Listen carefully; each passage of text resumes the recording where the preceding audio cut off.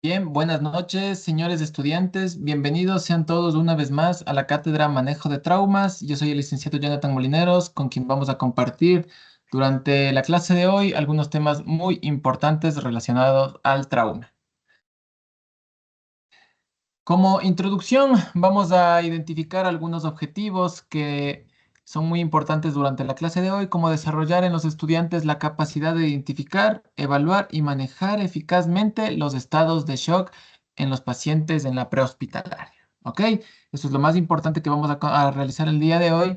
Además, les quiero mencionar los contenidos, los cuales nos centraremos como el shock, la fisiopatología de la vida y de la muerte, además de la definición y la clasificación del shock, las bases fisiopatológicas, la progresión, las distintas fases que tiene el shock, la disfunción multiorgánica y finalmente vamos a hablar sobre la valoración, manejo y complicaciones del shock. ¿Ok? Por favor, en la lámina que ustedes observan a continuación, me gustaría que puedan acceder al link que está en sus pantallas o también pueden escanear el código QR para poder hacer una actividad grupal, por favor. En este momento igual voy a mandarles al chat el link para que puedan acceder de manera más cómoda.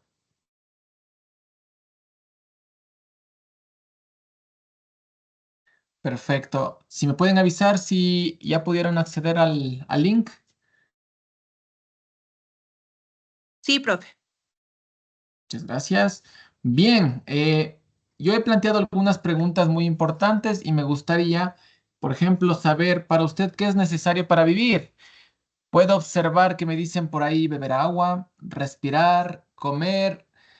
Por favor, quisiera que me responda Cari, por ejemplo. Veo que puso respirar. Para ¿Por mí qué es es una importante función para usted? muy importante porque si no respiramos no nos llega suficiente oxígeno a nuestro cuerpo y nos puede causar muchas cosas malas, como por ejemplo que nos podemos morir por asfixia si no respiramos. Perfecto, sí, ¿no? Muy claro. Por favor, Jonathan, cuéntame, para usted, ¿por qué resulta necesario comer? Justamente por lo que mencionó la compañera, que si no comemos no tenemos una fuente de energía, la cual obviamente como seres vivos nos va a hacer morir. Es algo vital comer. Exacto, ¿no? Es vital. Sí, sí, muy bien. Vi que colocó hacer ejercicio. Alexandra, cuénteme. Mm, Buenas noches. Es importante también hacer ejercicio porque muchas veces de todo lo que consumimos, no las cosas, no, si consumimos muchos azúcares, mucho carbohidrato, solo el cuerpo no puede, no Ujú. puede desecharlo. Entonces sí es importante hacer ejercicio, sobre todo ya cuando se tiene una cierta edad. Ajá, si no, Correcto. ahí vienen complicaciones como la diabetes, hipertensión. Exacto, sí, sí, muy, muy bien, ¿no? Muy importante, ¿ok? Hacer ejercicio. Alejandra, me parece que falta Alejandra. Usted colocó beber agua. Cuénteme, ¿por qué es importante para usted beber agua? Bueno, porque prácticamente más del 50-60% de nuestro cuerpo corresponde a agua y si no nos podemos llegar a deshidratar y esto nos podría llevar a la muerte. Perfecto, sí, muy buenas sus respuestas, señores estudiantes. Entonces tenemos algunas, ¿no es cierto?, funciones que son importantes para vivir, ¿ok? Por lo tanto, me gustaría saber a continuación, ¿cuánto tiempo creen ustedes que pueden estar sin respirar?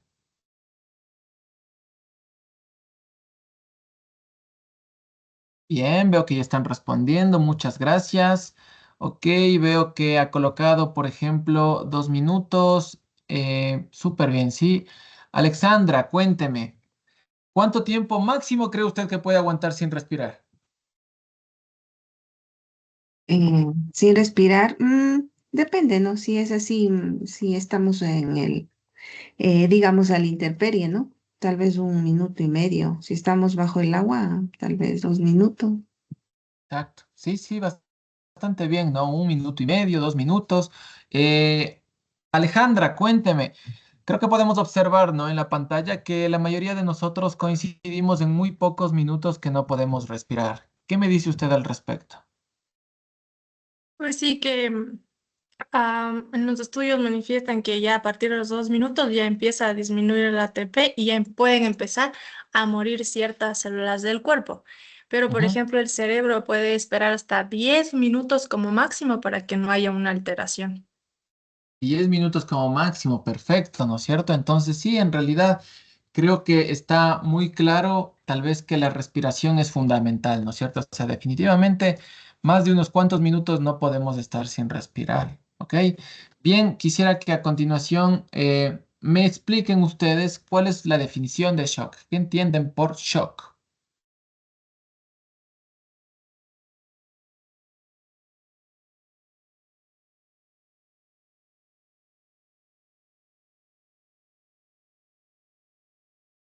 Muy bien, perfecto. Muchísimas gracias. Sí, puedo observar, por ejemplo, que ustedes me dicen pérdida de oxígeno, hipoperfusión, muy bien, hipotensión, algunas fases que tiene el shock, excelente, sí. Muchísimas gracias por su participación. Justamente de esto es lo que va a tratar la clase de hoy, ¿ok? Sobre la hipoperfusión que va a provocar el shock y por qué resulta importante tener oxígeno en nuestro cuerpo. Muchísimas gracias a todos. Vamos a continuar con la presentación, ¿ok? Por lo tanto, sí, resulta muy importante empezar a definir lo que es el shock para que podamos todos hablar el mismo idioma y entender cómo tratar a nuestros pacientes. Según Aymerich, en el 2010 tenemos una definición que pueden observar todos que el shock es un estado de hipoperfusión a nivel celular, chicos, lo que va a llevar a un metabolismo anaeróbico, ¿ok? Y quisiera que me explique, por favor, Karina. Te veo por ahí, Karina. ¿Qué entiendes por metabolismo anaeróbico? Anaerobio quiere decir sin oxígeno, es lo que entiendo. Exacto, ¿no es cierto? Sin oxígeno. Por lo tanto, Jonathan, cuéntame, si no tenemos suficiente oxígeno, ¿qué crees que puede ocurrir? ¿Hay mucho riesgo? Cuéntame. Totalmente, porque el cuerpo deja de funcionar normalmente y eso, bueno, el oxígeno es como que el principal ente que nos ayuda a que nuestra sangre circule. En el momento que no vamos a tener oxígeno, la sangre va a dejar de circular y los órganos van a comenzar a fallar y vamos a descender. Muy bien, muchísimas gracias, bastante acertado, ¿no es cierto? Además, podemos ver que hay una pérdida de la producción de energía necesaria para sustentar la vida. Bien, me gustaría que me explique, eh, Alexandra. Cuénteme, Alexandra. Ya lo habíamos dicho, el metabolismo anaeróbico entonces es importante porque no hay suficiente oxígeno. ¿Usted cree que si no hay oxígeno pueden morir las células? Sí, por supuesto que sí. ¿Y esto cree que puede afectar en definitiva al paciente a largo plazo? Sí, y no muy largo, porque si no hay una debida atención, puede morir en menos de, no sé, días, pocos días. Perfecto, muchísimas gracias. Entonces creo que está claro que es una situación muy crítica que debemos revertir en nuestros pacientes. Bien, eh, entonces una vez entendida la definición, me gustaría que por favor identifiquemos los distintos tipos de shock, ¿ok? Vamos a encontrar que según, por ejemplo, el PHTLS de la 10ª edición, tenemos tres tipos de shock, ¿ok? Como el shock hipovolémico, cardiogénico y distributivo. Por favor, a Alejandra, ¿qué entiendes por shock? Por ejemplo, vamos con el shock cardiogénico. Bueno, entiendo que hay una alteración a nivel del corazón. Puede ser tanto a nivel de órgano o como alrededor o en donde lo rodea. Entonces, las causas intrínsecas sería, por ejemplo, un infarto del corazón que no le deje permitir bombear la sangre. Y en las causas extrínsecas, o lo que se denomina también como shock obstructivo, puede ser, por ejemplo, en un trauma, en un accidente de tránsito, una persona se golpea, por ejemplo, con el volante en el tórax y se produce o hay sangre en lo que es en el pericardio, formando un taponamiento cardíaco, o puede romperse la pleura y escaparse aire, lo que se conoce como neumotórax, atención. Bien, muchísimas gracias. Justamente, ¿no? Todo lo que vaya a afectar justamente la función cardíaca por trauma, en realidad va a ser que sea insuficiente y va a llevarnos a este estado de hipoperfusión que habíamos visto la definición en la lámina anterior. ¿Ok? Jonathan, por favor, cuéntame, ¿qué entiendes tú por shock hipovolémico? ¿Cuáles serían unos ejemplos de shock hipovolémico?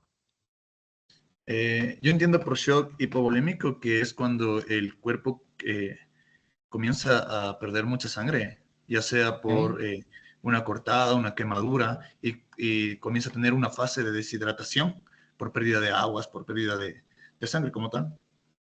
Correcto, correcto, muy bien, ¿no? Lo que nos está diciendo, entonces recordar que en el shock hipovolémico, por supuesto, puede llevarnos una hemorragia a este estado, así como también las quemaduras, como ya lo mencionó, porque puede bajar el volumen y esto va a darnos hipoperfusión, ¿ok? Finalmente, el shock distributivo, Cari, cuéntame, en el shock distributivo, ¿qué tipos de shock tenemos?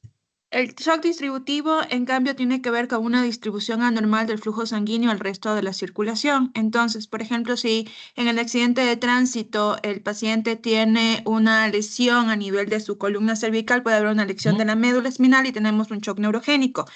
En pacientes que a veces están Correcto. en casa con infecciones que no se recuperan pronto, estas infecciones pueden llevar a un shock séptico, o en pacientes que se administran algún tipo de medicación que no conocen que son alérgicos, pues pueden desarrollar un shock anafiláctico. Bien, muy, muy acertado, ¿no? Entonces, sabemos que todas estas causas, estos tipos de shock van a darnos un estado de hipoperfusión. Bien, una vez explicado esto, entonces vamos a conocer la fisiopatología y las fases del shock. Por ejemplo, como estamos hablando de trauma, esta clase es de trauma, casi siempre va a estar dada o va a iniciar con una lesión a nivel de los tejidos, la cual va a llevarnos a un proceso de isquemia que va a provocar hipoxia a nivel celular y llevarnos al metabolismo anaeróbico de las células. Por lo tanto, me gustaría que por favor me explique Alejandra, ¿qué entiendes por el metabolismo anaeróbico? Bueno, como lo dijimos más o menos en la definición, como Cari nos explicó, anaeróbico significa que es sin oxígeno. Entonces, esta hipoxia, que es la disminución de oxígeno, va a hacer que no se produzca ATP o energía necesaria para que las células cumplan sus funciones, por Ujú. lo que se va a ir por la otra vía, que es producir el ácido láctico. Y esta, en cambio, va a hacer que la célula se muera y por ende no haya energía. Con lo que estas alteraciones va a hacer que se produzcan mecanismos compensatorios. ¿Para qué? Para que los órganos como el corazón, cerebro y riñones Ujú. se protejan, porque esos son los más importantes, alterando, por ejemplo, el de la piel o el del intestino. Perfecto, muchísimas gracias, ¿no? Bastante bien. Eh, Justamente eso, sí, este es un problema de falta de producción de energía, aumento del ácido láctico que resulta muy tóxico y que pues va en realidad a provocar muerte celular, ¿ok? Ya lo mencionó Alejandra en este momento, los mecanismos compensatorios son aquellos que se van a activar y es así que vamos a tener pues una respuesta endocrina para compensar esta falta de oxígeno en los tejidos, ¿ok? Por lo tanto, vamos a tener algunas manifestaciones que me gustaría que me vayan explicando. Por ejemplo, ¿qué signos y síntomas creen que pueden presentar esta respuesta endocrina? Jonathan, cuéntame. A ver, yo creo que una de las principales va a ser lo que es la taquicardia, ¿Correcto? mayor contractilidad eh, y secreción de las hormonas, tal vez. Claro que sí, ¿no es cierto? Entonces el corazón va a aumentar sus latidos, va a aumentar la fuerza de contracción para enviar justamente más oxígeno a nivel tisular y eso va a evitar, ¿no? Al menos va a compensar un poco la pérdida de oxígeno que estamos teniendo, ¿ok? Y justamente esta va a ser la primera fase del shock, ¿sí? El shock compensado. Definitivamente, si nosotros no tratamos o no atendemos la causa que está llevando al paciente a este estado, la isquemia, la alteración del flujo, va a continuar, va a volverse persistente y estos mecanismos de los que ya habíamos conversado van a empezar a fallar, ¿ok? Por lo tanto, el paciente va a estar en un estado muy, irreversible, muy difícil que él salga de esto y el riesgo de muerte en realidad es inminente. ¿Ok? Estas son las dos fases y me gustaría que por favor, Alexandra, ¿sí? Me, me explique, me diga cuáles son en definitiva las dos fases del shock.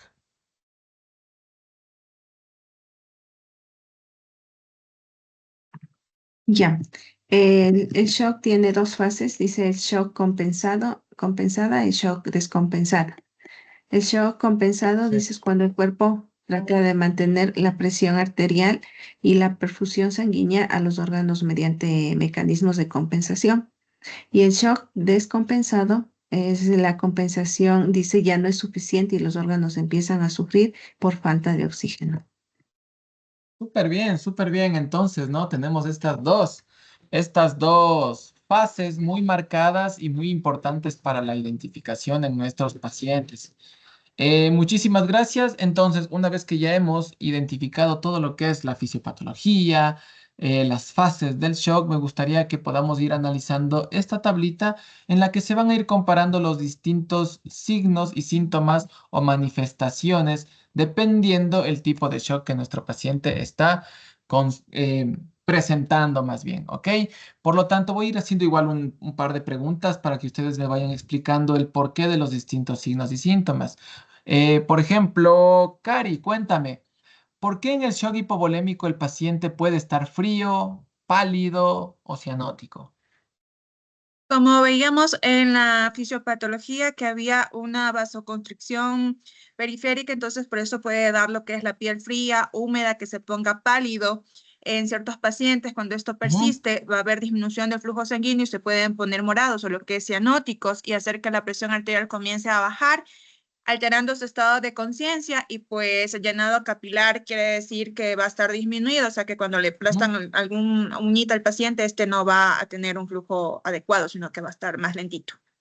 Eso, excelente, ¿no? Nos acaba de explicar incluso cómo nosotros valorar el llenado capilar. Súper bien, sí. Muy importante recordar, ¿no? Que las manifestaciones entre el hipovolémico y el cardiogénico van a ser similares, mientras que en el distributivo, pues podemos tener más bien presentaciones contrarias o distintas, ¿ok? Para que ustedes lo puedan revisar y tengan muy presente la manifestación clínica de estos pacientes. Bien, por lo tanto, vamos a abordar ahora el manejo, el tema de cómo nosotros vamos a tratar a estos pacientes, ¿ok? En este momento ustedes pueden ver una mnemotecnia que pretende facilitar a usted el manejo del paciente con shock. Por lo tanto, vamos a ir hablando cada apartado por separado en el famoso XABCDE del trauma, ¿ok? Y me gustaría, por ejemplo, que Jonathan me cuente en X, ¿qué hacemos en X, Jonathan, en estos pacientes? Sí, justamente en X, como dices, que es sobre el desangrado, lo que debemos hacer nosotros aquí es actuar rápidamente y tratar de parar estos sangrados, ya sea mediante un torniquete, también mediante lo que es el vendaje. Obviamente Ujú. debemos tener en cuenta que estas heridas deben estar desinfectadas y nuestras manos también deben estar desinfectadas para que eso no cause problemas a futuro. Súper bien, muy preciso, Jonathan, muchísimas gracias. En esta lámina ustedes pueden observar en realidad todas las alternativas que, como ya nos decía nuestro compañero, podemos utilizar para controlar las hemorragias. ¿Sí? Aquí pueden observar los vendajes compresivos con la presión directa, además del empaquetamiento de heridas si es que así lo requiere el paciente y finalmente el torniquete que ya nos había mencionado. ¿Ok? Eh, Ahora tendríamos, ¿no? Que en orden de prioridades ir a la A, ¿sí? La A es la apertura de la vía aérea. Me gustaría que Alexandra me explique qué hacemos en la apertura de la vía aérea. Aquí se refiere al manejo de maniobras manuales, dispositivos básicos, supraglóticos y avanzados. Bueno, ¿no es cierto? Todo lo que nos acaba de mencionar Alexandra en realidad son todos los niveles o las opciones que tenemos para que esa vía aérea esté abierta todo el tiempo, ¿ok? Por lo tanto, ustedes pueden encontrar aquí en esta lámina las distintas maniobras, ¿no? Recordando que las maniobras manuales en el trauma podemos utilizarlos de esta manera. Veo que alguien está alzando la manito. Alejandra, Jonathan, cuéntame, Jonathan. Sí, profe, yo tenía una pregunta respecto a esto. Cuando nosotros, digamos, nos encontramos en uno de estos acontecimientos, ya sea en algún accidente o algo, si no tenemos a la mano estos mecanismos, ¿cuál podría ser otra forma de nosotros hacer que el paciente? Muy buena esa pregunta, Jonathan. En realidad, como ustedes ya lo habíamos dicho, tenemos de todas estas opciones, ¿no? Por lo tanto, en realidad, la vía aérea definitiva, el estándar para estos pacientes, por supuesto, va a ser la intubación endotraqueal, utilizar este dispositivo que requiere, ¿no? El uso de otros como un laringoscopio, un videolaringoscopio, medicar al paciente y un manejo un poco más avanzado. Y en algunos casos, por supuesto, quizá no los vamos a disponer. Por lo tanto, tenemos otras opciones en las que nosotros al menos podríamos mantener la vía aérea abierta. La más básica de todas que siempre podríamos optar puede ser, por ejemplo, las maniobras manuales. Veo que está alzando la mano Alejandra. Dígame. Sí, quería complementar con esto de las maniobras manuales, que una puede ser la tracción mandibular, que Ujú. generalmente esta se la utiliza cuando pensamos que hay alguna lesión a nivel cervical, y la otra es la de elevación de mentón para que pueda también abrir la vía aérea. Perfecto, sí, se me estaba pasando en realidad muy bien lo que usted acaba de decir, Alejandra. Recordar que tenemos esas dos opciones dentro de las maniobras manuales, ¿no? Entonces, al menos podríamos utilizar estas maniobras hasta tratar de disponer de los demás complementos que ya nos había dicho Alexandra, ¿sí? Bien, dentro de la valoración primaria nos toca hablar sobre B de las respiraciones. Me gustaría que, por favor, Cari, cuéntame, ¿qué harías en B con los pacientes en shock? En B tiene que ver con la ventilación o la respiración. En nuestro paciente tenemos que ver si está o no respirando, ver su frecuencia respiratoria, si se expande o no su tórax, ver su saturación de oxígeno para asegurarnos que esté respirando correctamente. En estas maniobras de aquí, si no está respirando, por ejemplo, que tiene algún cuerpo extraño en la boca, tratar de quitar ese cuerpo extraño para que pueda ventilar mejor. Y si le hace ¿Mm? falta oxígeno, pues colocarle ya sea por medio de cánula nasal o algún tipo de mascarilla que tengamos para que se maneje bien en este paso. Muy bien, sí, temas muy importantes, como lo había mencionado, de la ventilación de nuestros pacientes. Sí, creo que ya lo habíamos visto inicialmente. Recuerden que este es un problema de oxigenación. Si ya atendemos la vía aérea, pues lo que continúa, lo que corresponde es que el paciente esté bien ventilado, ¿no? Que reciba oxígeno adecuadamente. Aquí la recomendación que les he puesto en esta lámina para que la puedan ir revisando es que la saturación de oxígeno al menos se encuentre en 94%, ¿ok? Y usted puede tener algunas alternativas para esto, como por ejemplo utilizar dispositivos de oxigenoterapia, así como también, si el paciente lo requiere, poder ventilarle manualmente con un BBM. Veo que Cari está levantando la mano, cuéntame. Sí, es que también, por ejemplo, aquí podemos hacer un tipo de manejo, como por ejemplo en las imágenes que un paciente que tiene neumotórax, podemos hacerle una descompresión rápida poniéndole una aguja en el segundo espacio intercostal del lado donde creemos que está el neumotórax y descomprimirlo. O si es que tiene una herida abierta que queremos que está comprometido lo que son las pleuras, hacerle un vendaje que tenga de los 4 lados del vendaje solo 3 para que uno tenga dirección de salida del aire y no provocar un neumotórax a tensión. Excelente, sí, muy acertado. Recuerden que en B no solamente atendemos, ¿no? La parte de la oxigenación, sino todo aquello que esté involucrado, pues, a la mecánica ventilatoria como tal. Entonces, muy importante lo que nos acaba de decir nuestra compañera. Podemos hacer una descompresión torácica si es que el paciente lo requiere en un neumotórax de tensión, así como colocar un parche en un neumotórax más bien abierto, ¿no? Para que el aire ya no siga entrando desde la atmósfera. Súper bien, chicos. Bien, nos toca hablar de C, ¿sí? En el orden prioritario vamos a ir a la C. Me gustaría que en C me explique un poquito qué haríamos en C, Alexandra. Ya, ese tendríamos el manejo de los pulsos digitales débiles, llenado capilar lento, piel fría, palidez, cianosis, hemorragias internas. Correcto, ¿no es cierto? Hemorragias internas, muy importante lo que nos dice. Por lo tanto, nosotros en C de circulación deberíamos valorar, ¿no es cierto? Todas las otras lesiones que quizá también estén provocando una disminución del volumen en nuestro paciente. Lo había dicho, por ejemplo, el llenado capilar es un signo muy importante para identificar si hay hipoperfusión que prácticamente es en lo que se centra la clase de hoy, ¿sí? Además de las opciones que ya nos dijo nuestra compañera, me gustaría recalcar que también se deberían inmovilizar, por ejemplo, fracturas, especialmente aquellas que pueden provocar una pérdida masiva de sangre y recolectarlas en las cavidades, como por ejemplo una fractura de pelvis que en su interior no puede albergar en realidad más de 2000 ml de sangre y eso complicarnos un montón la vida y el tratamiento de nuestros pacientes. Es así como podríamos utilizar este dispositivo para al menos asegurar que ya no siga sangrando ese paciente. ¿Ok? Perfecto. Continuando, ¿no? Continuando en la valoración, hemos aplicado todos estos pasos. Vamos a llegar a la D. Me gustaría que nos explique un poquito qué significa la D, qué hacemos en D, Alejandra.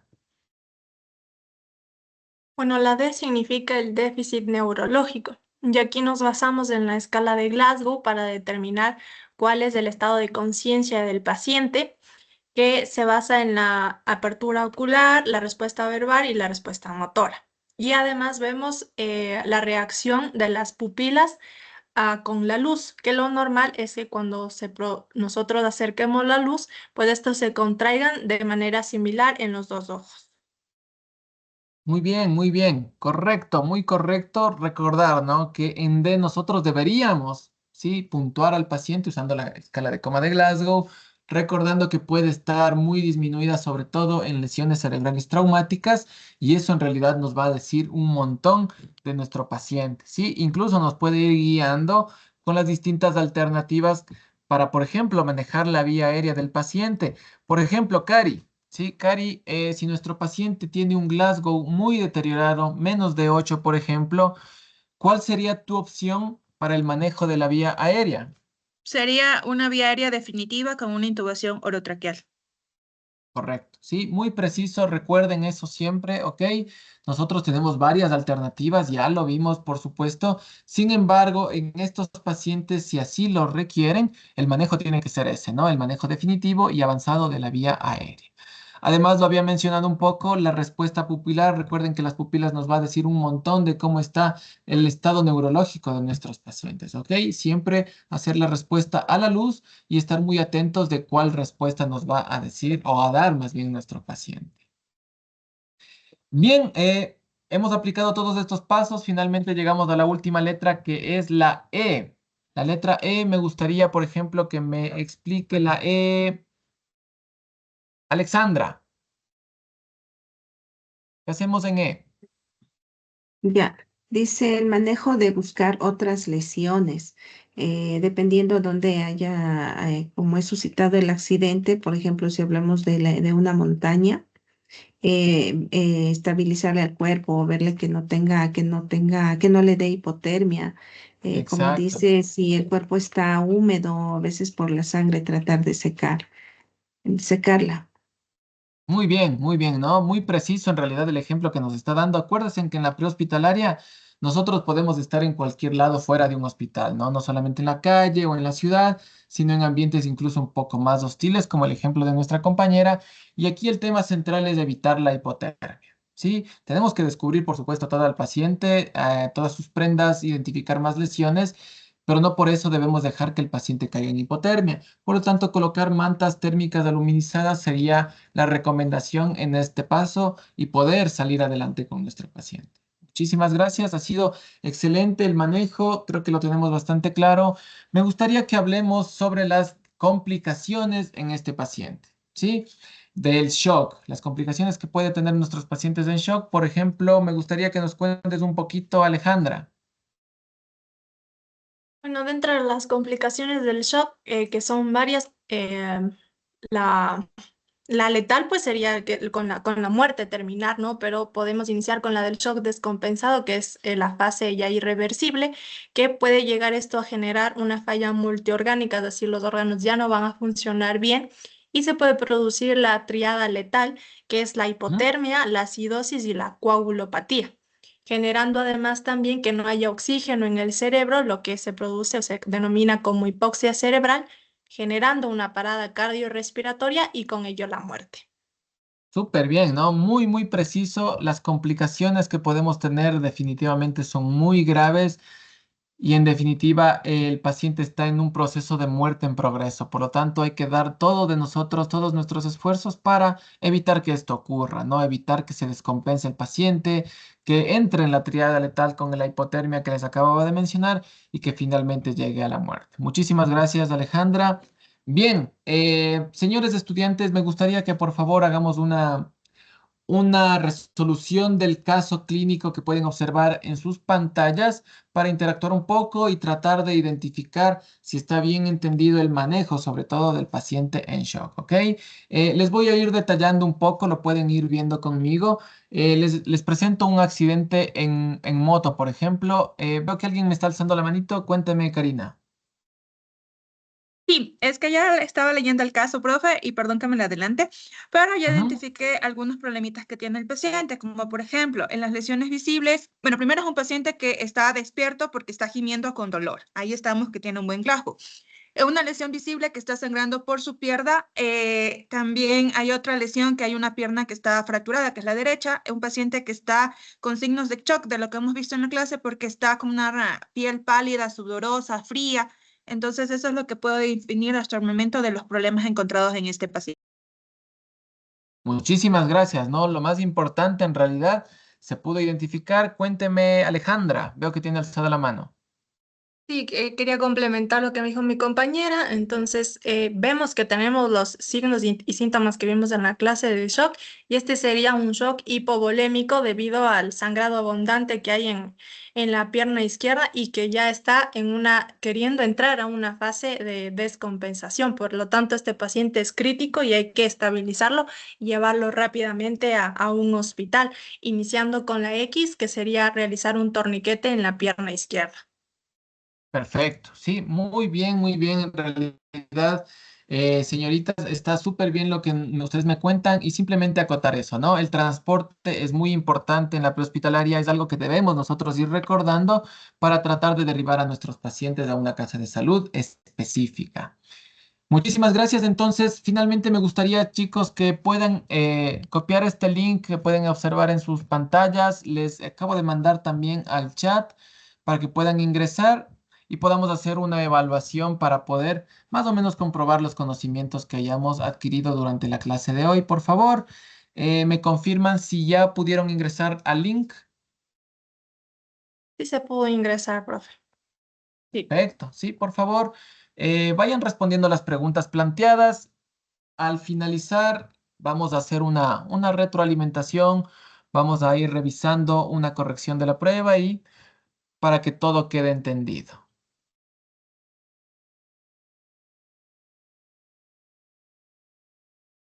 Voy a ir revisando igual sus respuestas, sus resultados. Perfecto, perfecto. Veo que ya están respondiendo y súper bien, ¿ok? Veo que hay muy buenos resultados, bastante alentadores. Vamos a ir revisando finalmente las respuestas, ¿no? Vamos a revisar las respuestas.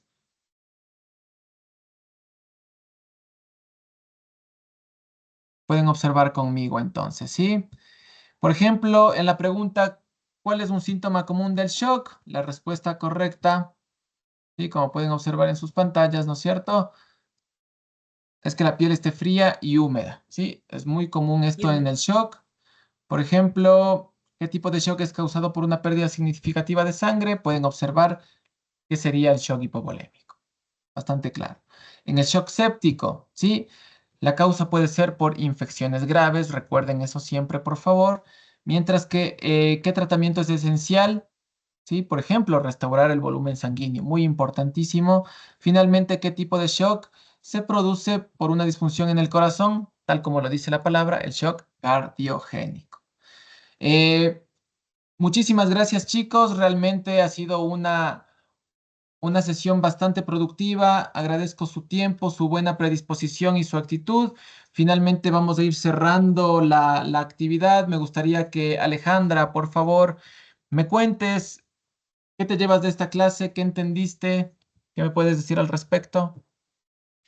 Bueno, me llevo que el shock es una de las principales causas que puede generar un trauma y que vamos a estar expuestos como en atención prehospitalaria todo el tiempo y que lo más importante es poderlo identificar a tiempo con los signos y síntomas que vimos, poderlo manejar con el X de ABCDE a tiempo y transferirlo al hospital de manera inmediata. Muchísimas gracias, Alejandra. Jonathan, ¿alguna reflexión del día de hoy? Sí, justamente acotando lo que dijo mi compañera, yo creo que es muy importante el conocer estos temas y el manejo de de esas actividades, porque como profesionales o futuros profesionales en la atención prehospitalaria, nosotros tenemos que tener el conocimiento pleno, porque de nuestro conocimiento y de nuestras actividades como tales van a depender la vida de muchas personas. Entonces, el estar preparado nos va a hacer que nosotros salvemos muchas vidas. Entonces va a ser muy importante y felicitarle, una clase muy excelente, profe. Muchísimas gracias, Jonathan. Finalmente, Cari, cuéntame, ¿alguna reflexión de la clase de hoy? Una clase muy bonita, profe, porque aprendimos sobre el manejo del shock, más que todo identificar cuando un shock está en etapa compensada para poder hacer todas las maniobras que usted nos indicó en la valoración inicial de este paciente y saber derivarlo correctamente para que el paciente no vaya a una fase de shock descompensado y lógicamente a la muerte inminente. Perfecto. Muchísimas gracias a todos ustedes. Recuerden que la tarea para la siguiente clase es realizar una infografía. Les había mandado al chat, por favor, las indicaciones, una infografía de los distintos tipos de shock. ¿Ok? Que sea muy interactiva, muy creativa. Y creo que sin más, chicos, vamos a ir cerrando la clase, la sesión del día de hoy. Yo les agradezco muchísimo por la apertura, por su buena predisposición, por su tiempo, por supuesto, y recordando que estamos aquí para prepararnos y poder dar a nuestros pacientes la mejor atención posible. Sin más que decirles, yo les agradezco mucho. Hasta una próxima. Buenas noches. Muchas gracias. Buenas noches. Buenas noches, Gracias. profe. Buenas noches, profe. Gracias. Buenas noches, chicos.